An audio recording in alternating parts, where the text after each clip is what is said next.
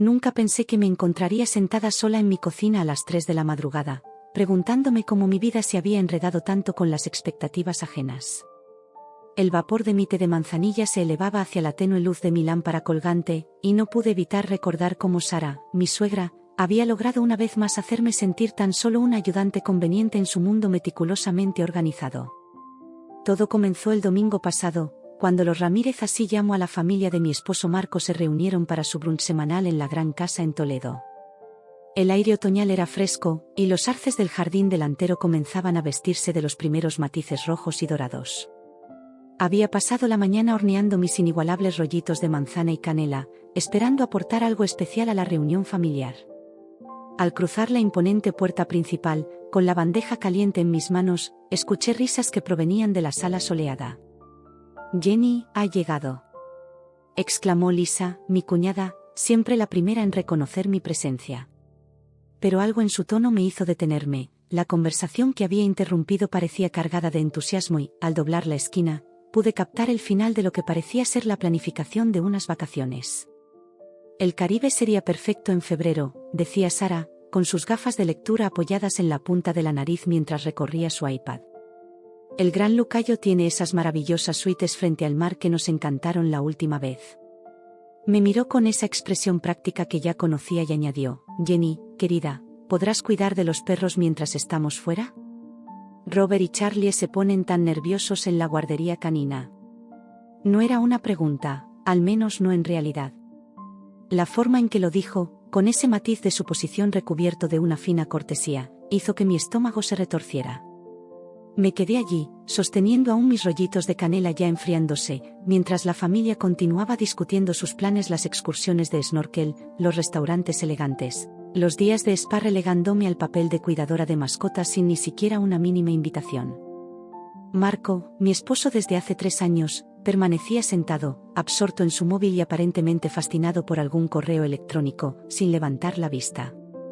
Ya habíamos pasado por este mismo baile. Su familia planeaba, daba por descontada mi disponibilidad, tratándome más como personal de servicio que como parte de la familia. Cada vez, luego me decía que era demasiado sensible, que su madre tenía buenas intenciones y que así eran las cosas.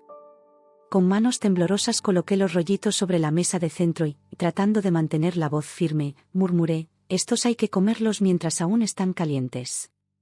Sara apenas los miró, demasiado absorta en mostrarle a Lisa imágenes de la piscina infinita del resort en su iPad. El resto de esa mañana transcurrió como una escena de una película que ya había visto demasiadas veces.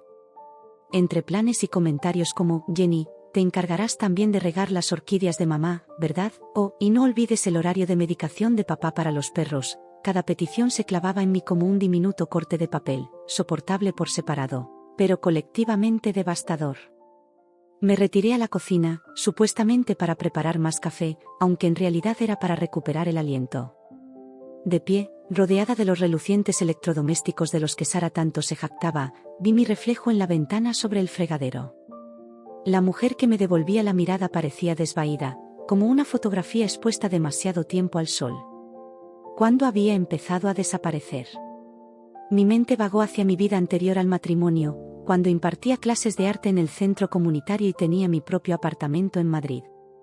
En aquellos días era vibrante, llena de sueños y proyectos. Recordaba cómo se iluminaban los rostros de mis alumnos al dominar una nueva técnica y cómo mis fines de semana transcurrían entre visitas a galerías y cafés con amigos. En algún punto, dejé que esas partes de mí se desvanecieran, reemplazadas por una interminable lista de obligaciones familiares y expectativas tácitas. El peso de todos los desaires casuales, la disponibilidad asumida, la sutil manera de hacerme sentir a la vez indispensable e invisible apretaba mi pecho. Pensé en todas las fotos familiares que colgaban en las paredes de Sara, en las cuales apenas aparecía, siempre al fondo, ayudando en algo o en otro. Más tarde esa noche, mientras Marco y yo conducíamos en silencio de regreso a casa, lo vi mirarme con esa expresión que usaba para detener lo que él llamaba mis reacciones desmedidas. Pero esta vez se sentía diferente. El enojo y el dolor habituales estaban presentes, sí, pero debajo se escondía algo nuevo, una determinación tranquila y firme que hasta a mí misma me sorprendía. Esa noche, tras el sueño de Marco, me senté en nuestra pequeña oficina en casa, rodeada de las obras de arte que ya casi no encontraba tiempo de crear. Mi caballete ocupaba una esquina, cubierto con una sábana como el fantasma de lo que solía ser.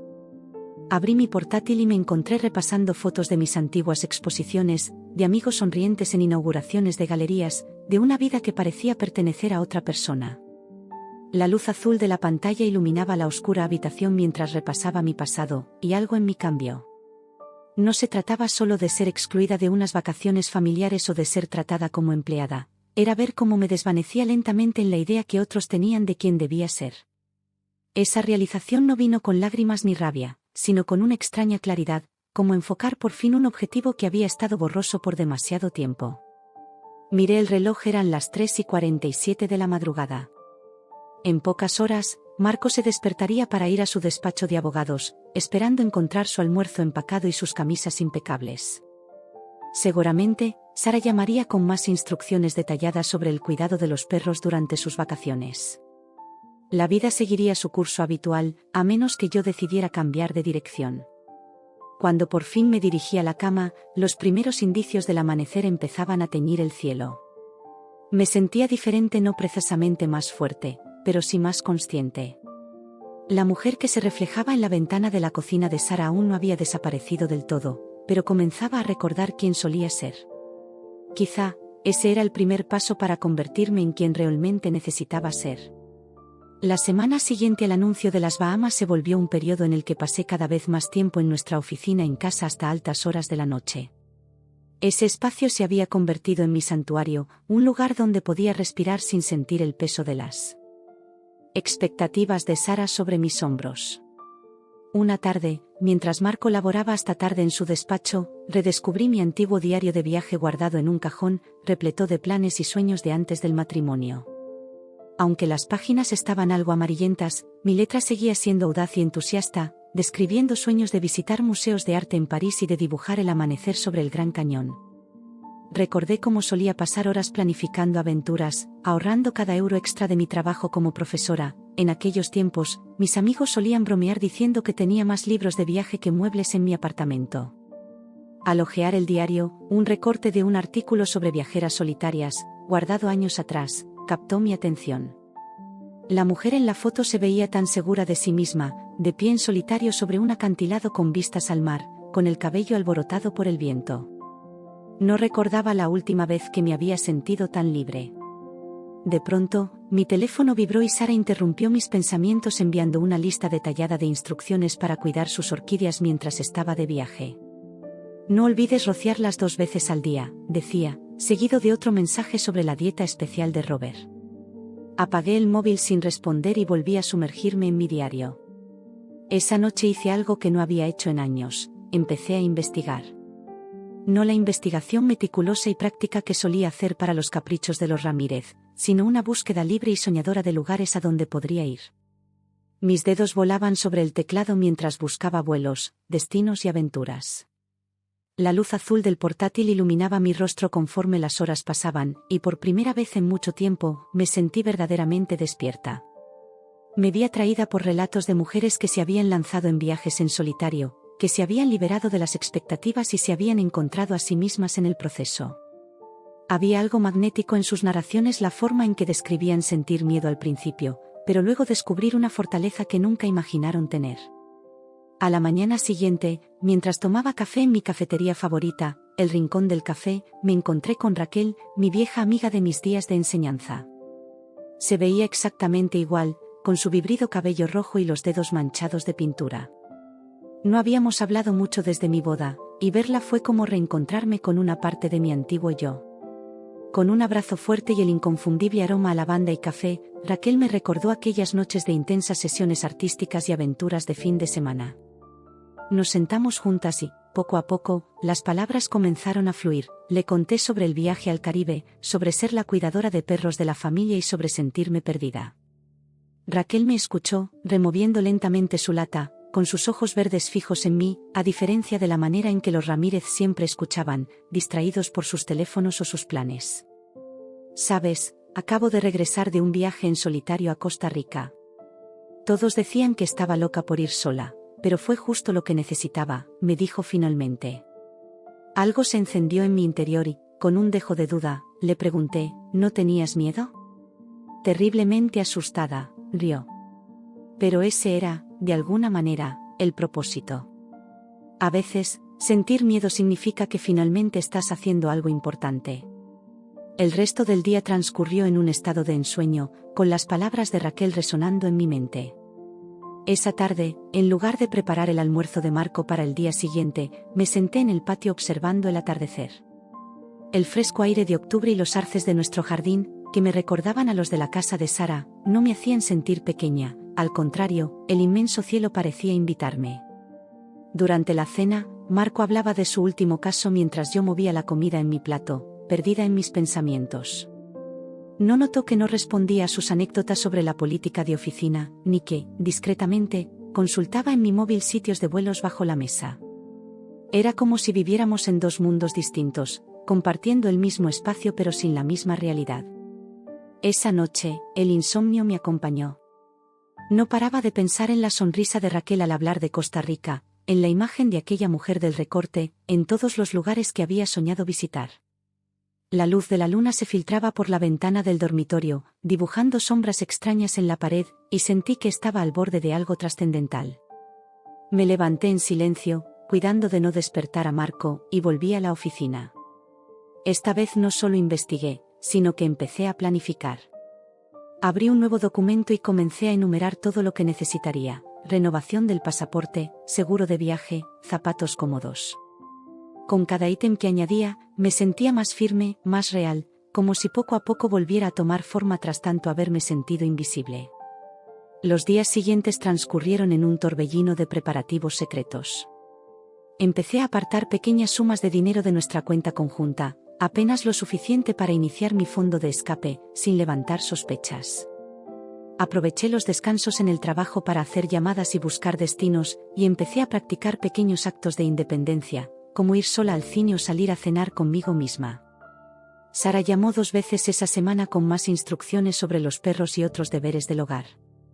Siempre respondía con un sí cortés, aunque algo había cambiado en mí. Sus palabras ya no podían hacerme sentir diminuta, sino que se convertían en un motivo más para avanzar en mis planes. Durante una de mis sesiones nocturnas de preparación, me encontré mirando imágenes de Tenerife. La isla parecía llamarme, no con las playas repletas de turistas, sino con sus rincones tranquilos, cascadas ocultas y calas secretas, lugares donde podía reconectar conmigo misma sin el ruido de las expectativas ajenas. Recordé una cita que había leído: el mayor acto de rebeldía a veces es ampliamente elegirse a uno mismo. Sentada en la quietud de mi oficina, rodeada de guías de viaje y listas de tareas, comprendí que eso era exactamente lo que estaba haciendo. No se trataba solo de irme de vacaciones o de demostrar algo a los Ramírez, sino de reclamar a la persona que solía ser, aquella que no pedía permiso para soñar. La rebelión que crecía en mí no era ruidosa ni colérica, sino silenciosa, constante e imparable, como el agua que desgasta la piedra. Cada vez que añadía un nuevo elemento a mi lista, cada euro ahorrado, cada vez que me imaginaba bajando de un avión en tierras desconocidas, estaba eligiéndome. Y, sorprendentemente, se sentía menos como un acto de rebeldía y más como volver a casa. Fue una lluviosa mañana de martes cuando, finalmente, lo hice. La casa estaba en silencio, salvo por el suave golpeteo de la lluvia en las ventanas y el leve zumbido de mi portátil. Mis manos temblaban tanto que tuve que escribir mi número de tarjeta 2 veces, pero finalmente apareció en la pantalla: tu vuelo a Tenerife ha sido confirmado. Me quedé observada por esos simples caracteres, sintiendo como si acabara de lanzarme de un precipicio y estuviera esperando el impacto del agua. El vuelo estaba programado para dentro de 3 semanas, apenas unos días antes de que los Ramírez se marcharan de vacaciones al Caribe. Había elegido la costa norte más tranquila de la isla y reservado un pequeño Airbnb en La Orotava, alejado de las multitudes turísticas. La descripción del anfitrión mencionaba un pequeño balcón con vistas a un jardín en el que gallinas salvajes vagaban libremente.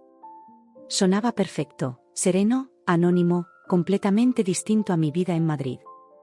Apagué mi portátil y fui a preparar café, tratando de actuar con normalidad a pesar de que nadie me observaba.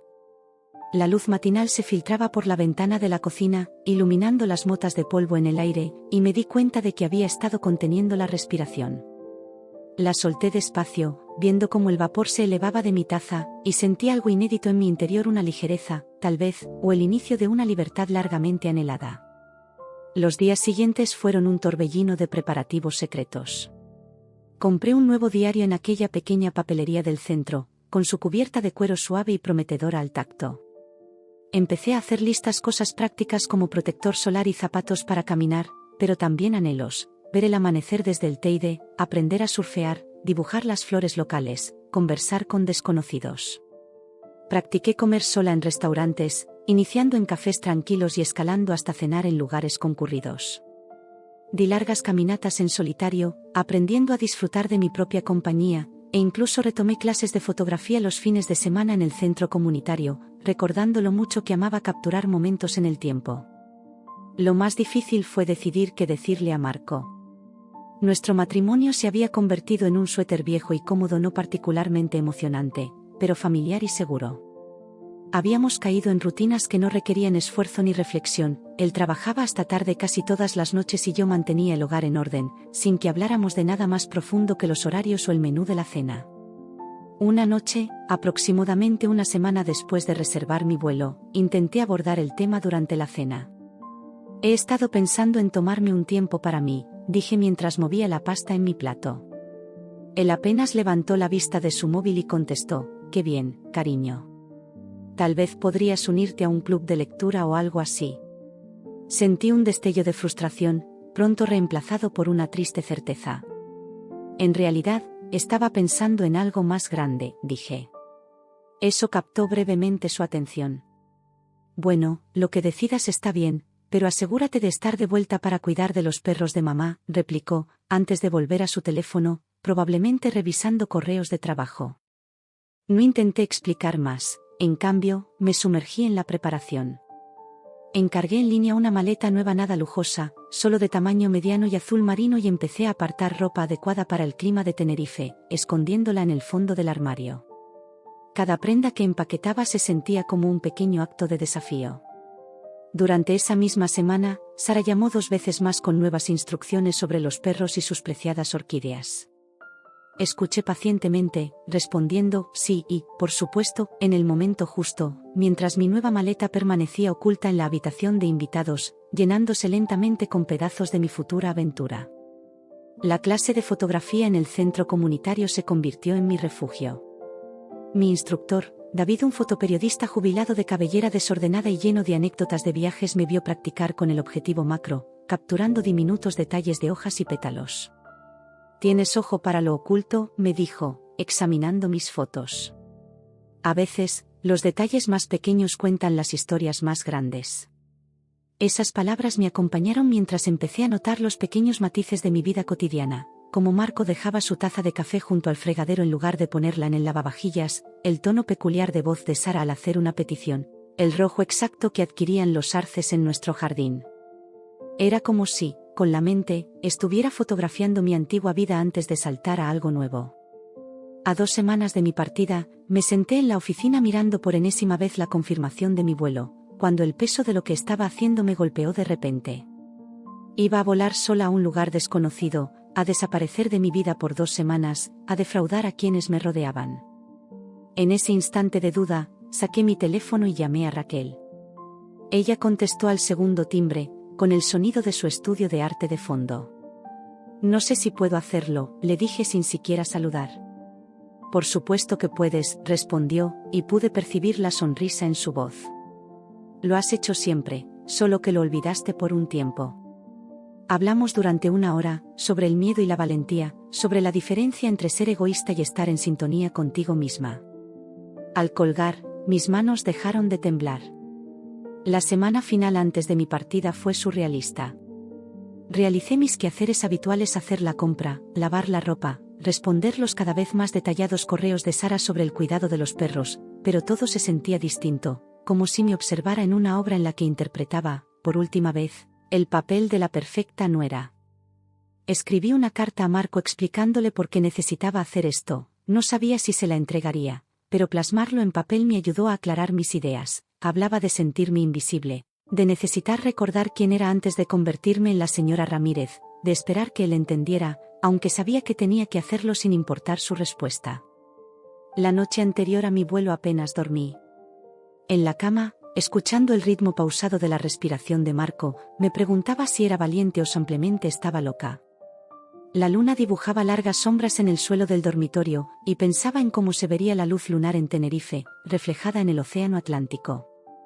Mi maleta ya estaba empacada y oculta en el maletero del coche, mi nuevo diario rebosaba listas, esperanzas y miedos. En menos de 24 horas, estaría en un avión, volando hacia algo que se sentía a la vez aterrador y absolutamente necesario.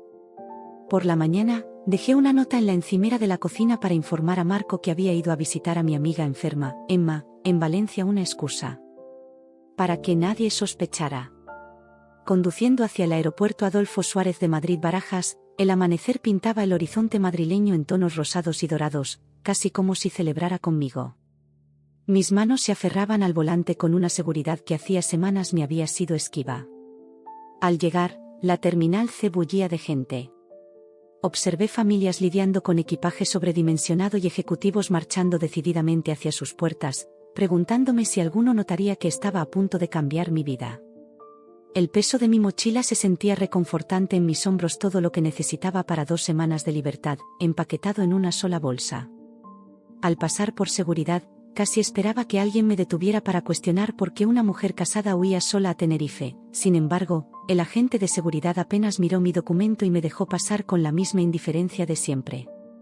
Sentada en la puerta de embarque, saqué mi teléfono por última vez y vi 2 mensajes de Sara sobre el horario de medicación de los perros. Apagué el móvil sin responder y lo guardé en mi bolso. Durante las siguientes 11 horas, estaría incomunicada, suspendida entre mi antigua vida y lo que me aguardaba al otro lado del Atlántico. El vuelo se sintió como un sueño. Con asiento de ventana, observé cómo Madrid se desvanecía bajo las nubes. Mi acompañante de asiento, una joven llamada Lía, regresaba a Tenerife tras visitar a su familia en la capital, y al saber que era mi primera vez viajando sola a la isla, su rostro se iluminó. «Te encantará la Orotava», dijo, mostrando en su móvil fotos. «Hay un pequeño café La Orotava, tienes que probar sus muffins de maracuyá, y no te pierdas las tortugas marinas en la playa». Durante las siguientes horas, Lía compartió historias de su infancia en la isla, pintando un cuadro tan vívido que casi pude percibir el aroma de las flores y la brisa salina. Tuvimos una breve escala en Los Ángeles, donde la terminal vibraba con una energía distinta a la de Madrid. Palmeras se mecían afuera de las enormes ventanas, y todos parecían lucir sandalias. Compré una revista y una botella de agua, y en un rincón tranquilo anoté en mi diario: «Realmente lo estoy haciendo», palabras que me parecían extrañas y maravillosas a la vez. El segundo vuelo, de Los Ángeles a Tenerife, fue cuando la realidad me alcanzó de lleno. Mientras sobrevolábamos el vasto Atlántico, con el agua extendiéndose infinitamente en todas direcciones, sentí lágrimas rodar por mis mejillas. No eran lágrimas de tristeza, sino de alivio, como si algo en mi pecho finalmente se liberara. Aterrizar en el aeropuerto de Tenerife Norte fue como llegar a otro mundo. El aire que me envolvió al bajar del avión era suave y cálido, impregnado del aroma a flores y sal marina. El aeropuerto, al aire libre, dejaba entrar una brisa suave que traía consigo el canto de aves desconocidas. Todo se movía con calma, como si la isla quisiera enseñarme a tomarme el tiempo. Siguiendo el consejo de Lía, evité la fila de taxis y encontré el servicio de traslado de tío Pepe, un hombre alegre de 60 años que trataba a cada pasajero como a un familiar perdido. Durante el trayecto hacia la Orotava, tío Pepe señaló puntos de referencia y compartió anécdotas sobre la historia de la isla. «¿Ves esas nubes sobre el Teide?», dijo, gesticulando hacia el imponente volcán que dominaba el horizonte. «Cuando se posan así, lo llamamos el ley de la montaña. Buena suerte al verlo en tu primer día aquí». El camino a la Orotava nos llevó por campos de caña que se extendían hasta donde alcanzaba la vista, y pasamos por pequeños pueblos con nombres difíciles de pronunciar, cada uno más acogedor que el anterior. Mientras tío Pepe reproducía música suave en la radio, me dejé mecer por la melodía de una guitarra, casi como si la isla me hablara en su idioma propio. Mi Airbnb resultó ser exactamente como lo había visto en las fotos, una pequeña unidad familiar detrás de la casa principal, con entrada propia y ese prometido balcón con vistas a un jardín donde gallinas salvajes vagaban libremente. Mi anfitriona, tía Lalani, pronto entendí que aquí, tío y tía, son términos de respeto. Me mostró el lugar con una calma pausada, típica de la vida isleña. ¿Es tu primera vez en Tenerife?, preguntó mientras me ayudaba a instalarme. Al asentir, me sonrió cómplice y dijo: la isla tiene la manera de darte lo que necesitas, incluso si no es lo que esperabas encontrar. Esa primera tarde me senté en el balcón observando cómo el sol se ponía detrás de las montañas del norte. Las gallinas escarbaban en el jardín y en algún rincón, unos carillones de viento entonaban una melodía suave. El aire se impregnaba del aroma de plumerías y de algo más, tal vez gardenias o jazmín. Saqué mi teléfono por primera vez desde que dejé Madrid y vi llamadas perdidas de Marco y varios mensajes de Sara, cada uno más urgente que el anterior. Con las manos aún temblorosas, apagué el móvil y en lugar de contestar, abrí mi nuevo diario y escribí: Día 1 en Tenerife. El aire aquí se siente como un perdón. Las montañas me recuerdan que hay cosas más grandes que nuestros pequeños dramas diarios. Hoy, me elegí a mí misma.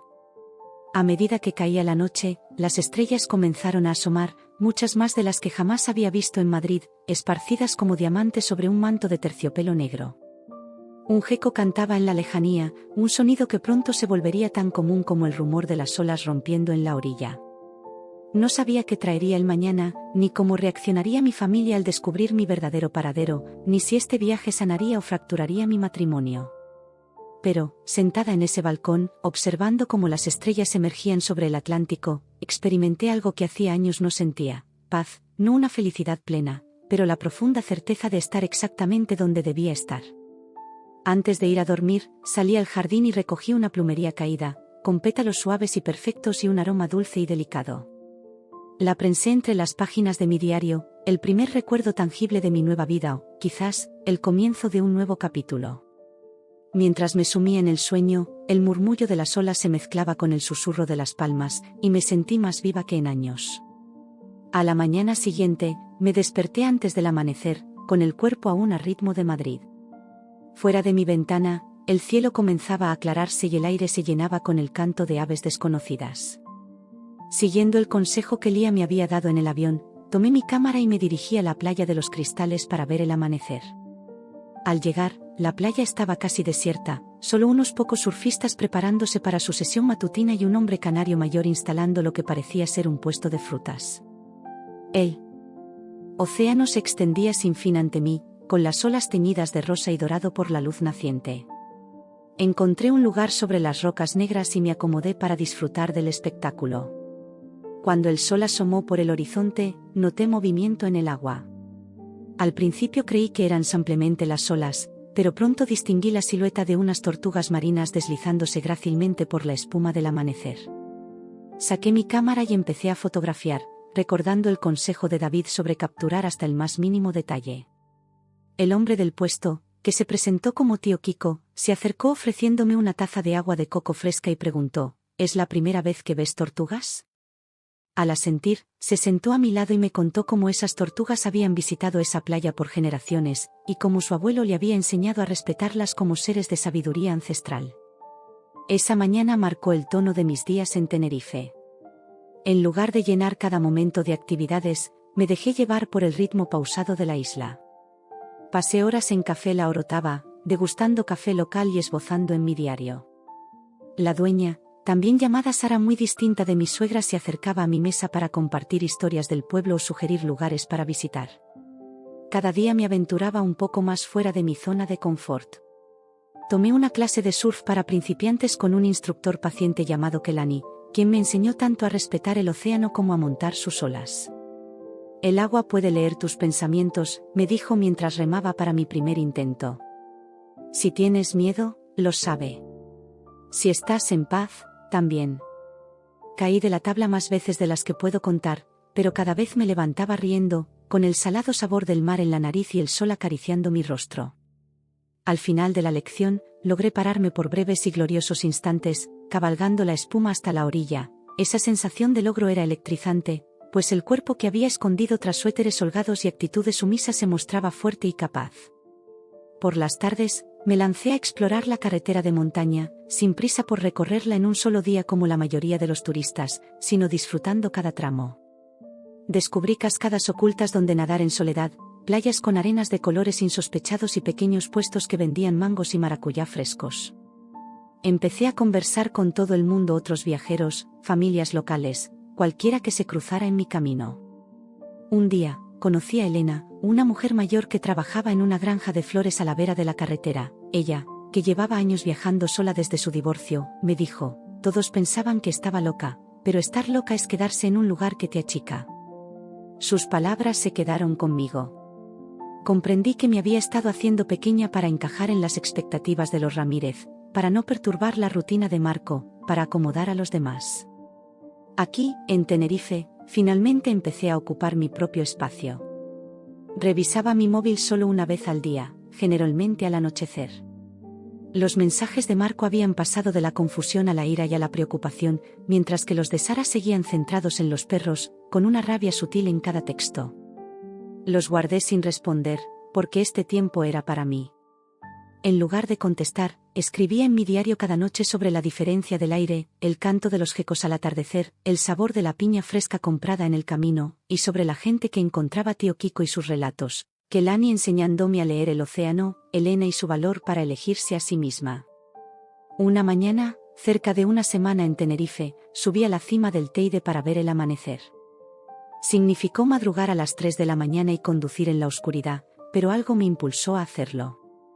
En la cumbre, envuelta en todas las capas que tenía, me paré entre desconocidos y observé cómo el sol emergía entre las nubes.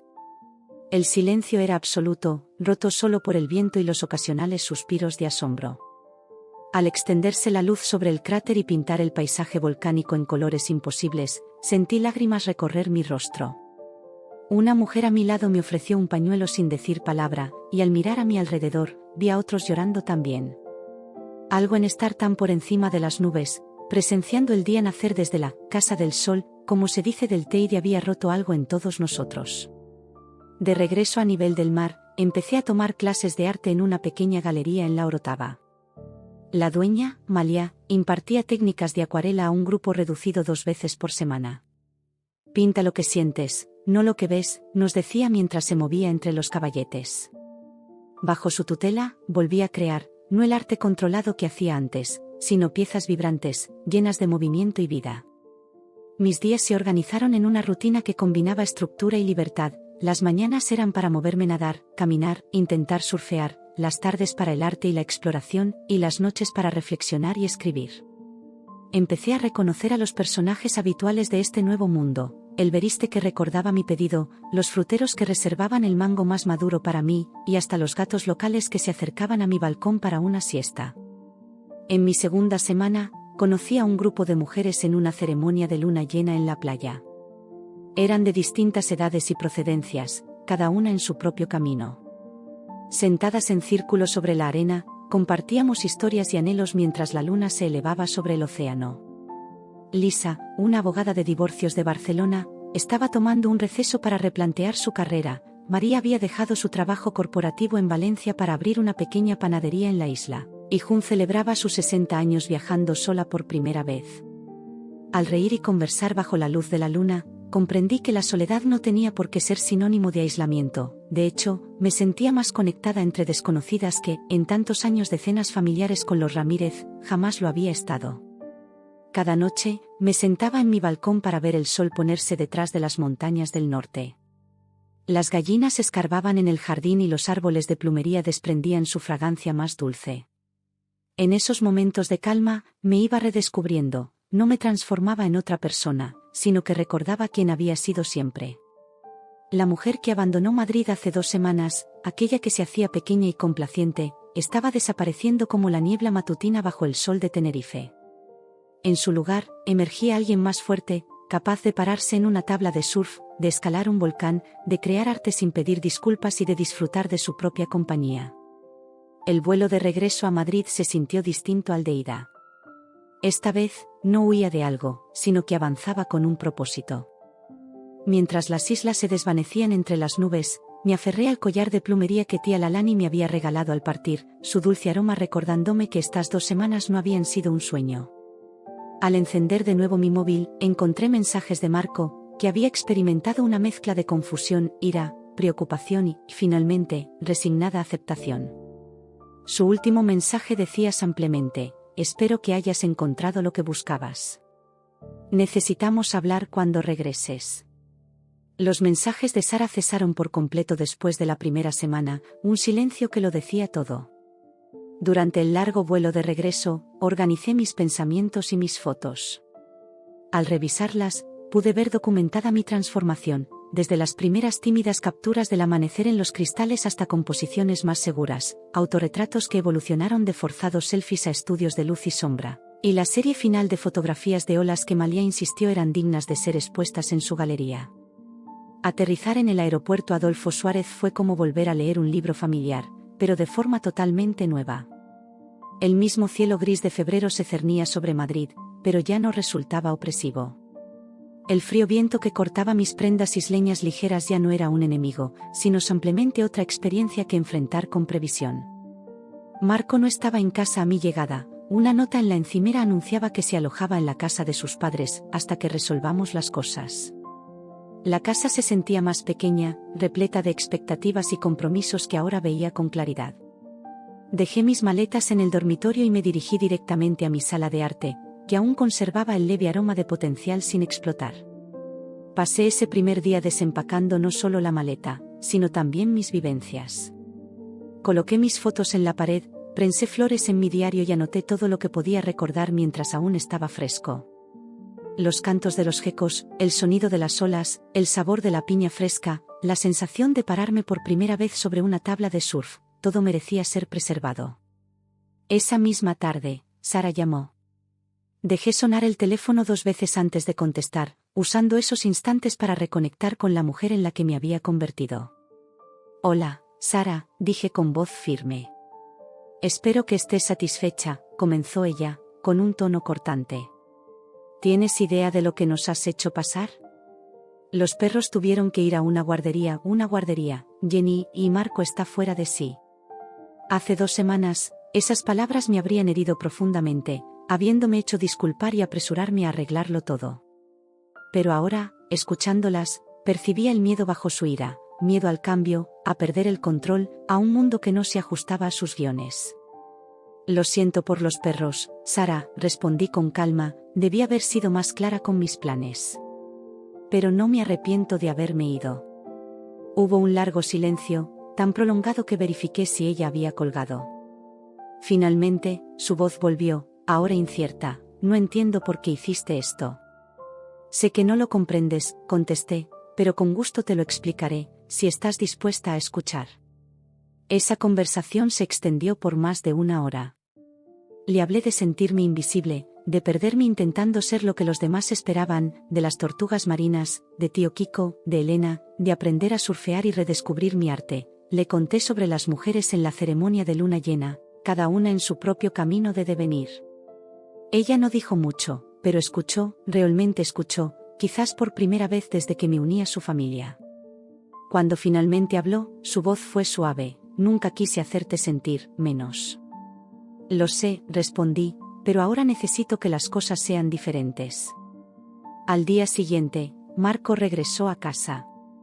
Nos sentamos en la cocina, ese espacio que había sido testigo de tantas cenas silenciosas y frustraciones no expresadas, y hablamos de verdad.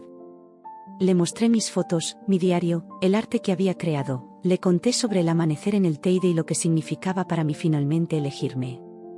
No sé si puedo ser la esposa que esperabas, le dije con sinceridad, pero puedo ser algo mejor, una persona completa que decide compartir su vida contigo, si estás dispuesto a verme tal como soy. Las semanas siguientes estuvieron llenas de cambios.